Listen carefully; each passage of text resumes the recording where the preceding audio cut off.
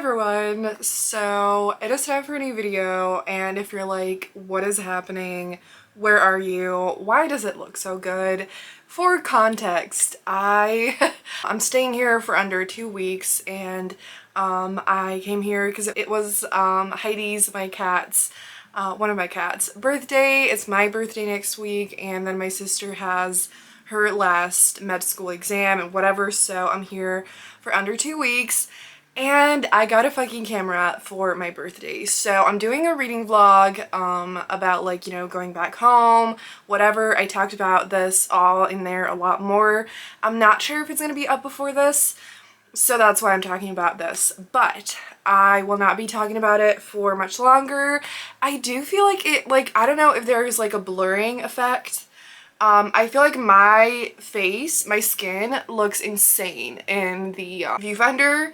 I'm also going to try not to look at that, but I have not filmed on a camera in ages, and if you didn't know, I film on my phone normally, and so I'm not used to this, but it is absolutely incredible. I'm in love with it. I'm so happy. So yeah, today, since it is Pride Month, I haven't even mentioned that in any of my videos, so happy Pride Month. Yeah, so since it's Pride Month, I obviously want to do some themed videos on that, like random recommendations, and I have some exciting reading vlogs planned as well. And so I was just like, you know what, I want to film with this camera, with this background that I love and missed so much. And I didn't know what to do. And so I decided I'm basically just going to share some queer books that I love with you, that I have physically in my room here. So I have quite a few books, and so this is not by any chance all of my like all-time favorite books with queer representation or anything like that.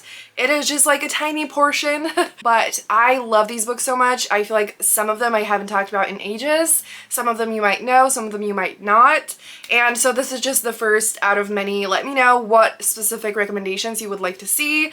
But yeah, this is gonna be very random genres as well. But I hope you enjoy it and hopefully get some recommendations from it. Let me know what some of your favorite books with LGBTQIA plus representation are. And I think that is all that I need to say for now. So let's get straight into the recommendations. I have a little pile here, but I also have some books behind me and above me. So I also hope this angle is good. Once again, I'm obviously used to filming in here with my phone, but I feel like it looks nice, hopefully. So, the first book that I have here is Rise to the Sun by Leah Johnson. I feel like I've heard a lot of people talk about You Should See Me in a Crown, which is Leah Johnson's debut, but I haven't actually heard a lot of people talk about Rise to the Sun. And so this is her like last release, and it came out last year, and I love it so much. So this is a YA contemporary that has a sapphic romance in it. And I don't remember the exact specific representation in here, so I'm sorry about that. I need to like start writing that down. You know what, I actually can look at my phone. I didn't even realize, so I can look at my phone to check if someone has it in their review. Okay, so I can't find the specific rep in here, but either way, it is a sapphic romance, and it's a black love romance. Both of the main characters are black, and everyone in reviews just describes it as queer or sapphic, so I'm not sure what the specific labels are in here, but either way, it is a queer book I absolutely adore. I love it so much. And so basically, it is set in within the span of 3 days, and it is at a music festival, and I think that, like, if you're really against, like, insta-love, you might not like this, but I felt like while it's obviously, like, they fall in love in a really short amount of time, I felt like it just still really worked for me, and I still felt the connection between them. And this book just, like, felt, like, I don't know how to describe it, like, the feeling of a festival, and, you know, you're at a festival, and you just feel like time is different. Like, the feeling that you have is just like time doesn't feel real, and the vibe is just like everything feels a little bit surreal and different, and it's not like life doesn't feel the same that it normally does. And I just really felt that come through in this book, and it just felt so beautiful. I honestly just really want to read it again because it feels like it's been too long, but I love this. It does deal with some heavier themes as well, but it's also just like a beautiful summer romance. And so I absolutely recommend it. I love it so much, and you should definitely check it out. And it is very different from You Should See Me in a Crown, but if you've read that and you really loved it, while this is very different, I would still urge you to check it out and pick it up. And yes, if you love music and things around it, also definitely pick it up. So then we have another YA contemporary that I absolutely fucking adore. So I do have a lot of YA contemporary books, but I do have some adults and also some random other stuff. So this one is Like a Love Song by Gabriella Martins, and this one I love so much as well. Obviously, I'm talking about books that I adore. So William, our male main character, is bisexual. It follows Natty and William, and Natty is a Brazilian pop star and William is a British actor, and they basically have to fake date.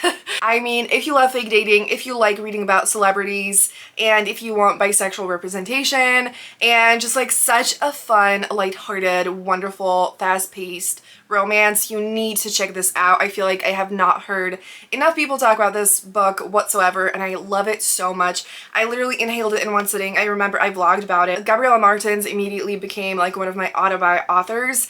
I have an arc of her upcoming book that is also queer, and I am dying to read it. I need to do that as soon as possible. Absolutely doing that this month within the next few weeks, and just like, you need to check this out, please. So then we have yet another YA contemporary romance that I absolutely love, and that is I'll Be the One by Lila Lee. So this also has bisexual representation, and it is a male-female romance. I love it so much. So I've heard more people talk about this, but I still need more people to read it. And this is another book that I just inhaled in one sitting. I expected to like it, but it was just the kind of thing that I was like, I completely fell in love with it, even more than I could have imagined. And I think that this was Lila Lee's debut. I'm not sure, but it was definitely the first book that I read by this author, and I just fell in love immediately. And Lila Lee has a book that just came out that I think is called Flip the Script, that has a sapphic romance in it, and I'm dying to read that. I need to get a physical copy of that one as well, because like, again, I adored this. So definitely check that one out as well, but obviously like I haven't read it yet. I don't even know what the plot is about. In this one, our main character basically wants to participate in this like K-pop competition that has like dancing and singing categories, and she competes in both. And so this one also focuses a lot on like positive fat representation, but like, I mean, it does deal with fat phobia a lot within like the K-pop industry, and it discusses that a lot. And so our main character feels fully confident in her own skin, and she like loves herself and all of that. But obviously within this competition, she experiences a lot of fat phobia and people underestimating her and all of that. So like, a warning for that, but I feel like the book does it so well, and it is mainly just super lighthearted and positive and beautiful and filled with so much joy and happiness. And I don't want to spoil anything when it comes to the queer rep, but partially it's like casual, and partially there is a little bit of some like kind of coming out stuff as well. But overall, this book is just pure joy and happiness, and I love it so much. Like, the vibe on this cover, I feel like expresses the vibe of the book inside so well, and I just need more people to read it, and like, seriously, pick it up. I love it so much. I actually, fun fact, I have to mention this, I just remembered it, and so I bought this as a gift for a friend, and I just was like, you know what, I'm gonna read it before I give it to the friend. I never really do that because usually I also buy my friends' books that I've read already, and so I buy like a new copy right away. But I read it and I loved it so much, even though like obviously like I did not do anything to the copy. It like looks brand new, but I was just like, you know what, I cannot give it to this friend. I can't do that. And I kept it, and then I bought a new copy because I was like, there's no way that I'm giving this away because I loved it that much. Then I have a YA fantasy that I feel like is like, I don't want to say like controversial, but it is kind of unpopular, but I still want to mention it for the people who might pick it up and love it, just like I did. And that is Sorcery of Thorns by Margaret Rogerson. So I kind of feel like Margaret Rogerson, before, I mean, she has like a new book since then, but before I always said that there's, you know, the debut novel Enchantment of Ravens, and then Sorcery of Thorns by Margaret Rogerson. And I always said that I feel like the person who loves one of them hates the other. And I feel like I've heard a lot of people say that they did not like Sorcery of Thorns. However, I adored this one. I didn't hate Enchantment of Ravens by any means. I think I gave it, it was like a 3.5 star for me. Like, I really enjoyed it. I did not love it, but it was still like a really fast-paced, fun book that I thought was really cool and interesting. But this one I actually fell in love with completely. I love it so much. And so it is obviously YA fantasy, like I said, and it is a standalone, and it is fast-paced. It is like a little bit long. You know how much I hate long books, but it is like a little bit over 400 pages, and it still is just such a fast-paced, quick read. And if you like books about books and magical books specifically and magical libraries, you need to check this out. It is a lot about that. Our main character basically grew up in a library. She is an orphan. She really bonded with, you know, like books and everything, and she always wanted to be this, like, I forgot the name of it, just like this super cool librarian.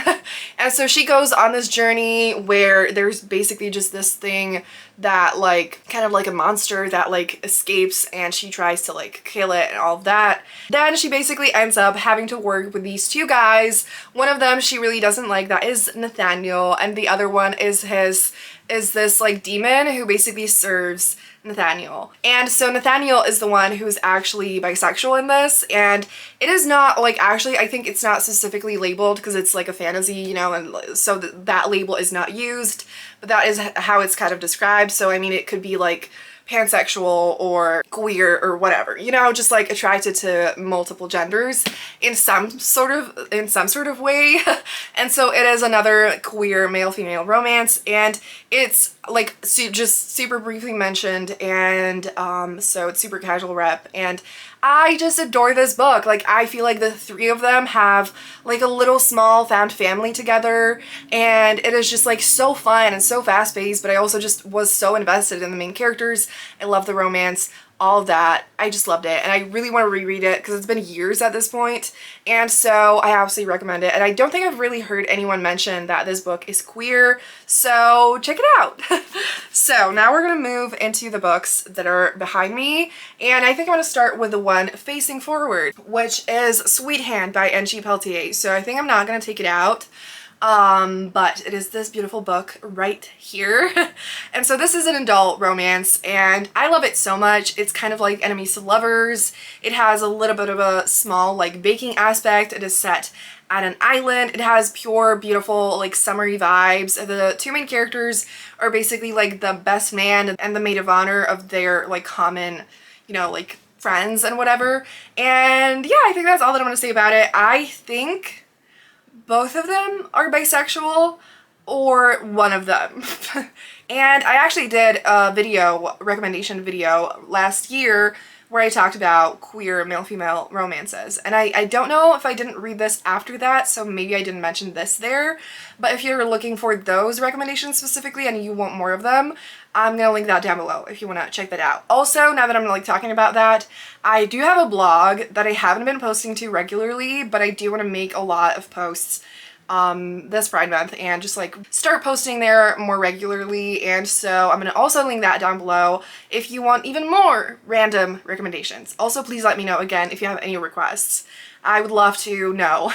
So yeah, absolutely recommend Sweet Hand, and N.G. Peltier has another book coming out soon that I absolutely cannot wait to read. So that is that. Then I have to recommend A Lot Like Adios by Alexis Daria.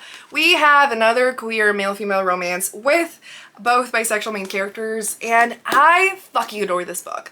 Like, I don't know if I would call all of these my like all-time favorites, but like I adore all of them, but this is most absolutely one of my all-time favorites. And it is basically like estranged best friends to lovers, kind of like a second chance romance, and they basically have to like live together for a while and they reconnect, and it is just like so fucking wonderful. The pining, the emotions, the steam, everything about this is perfection. I also feel like I haven't heard that many people talk about this book. I just adore it. I love Alexis Daria. I need everyone to read this.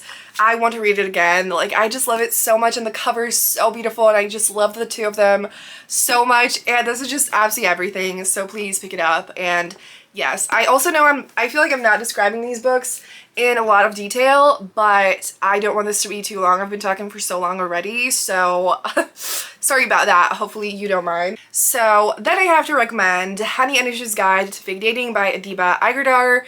And so this book is another YA contemporary romance, and it is sapphic, and it is so adorable and sweet and wonderful, and I just fucking love it.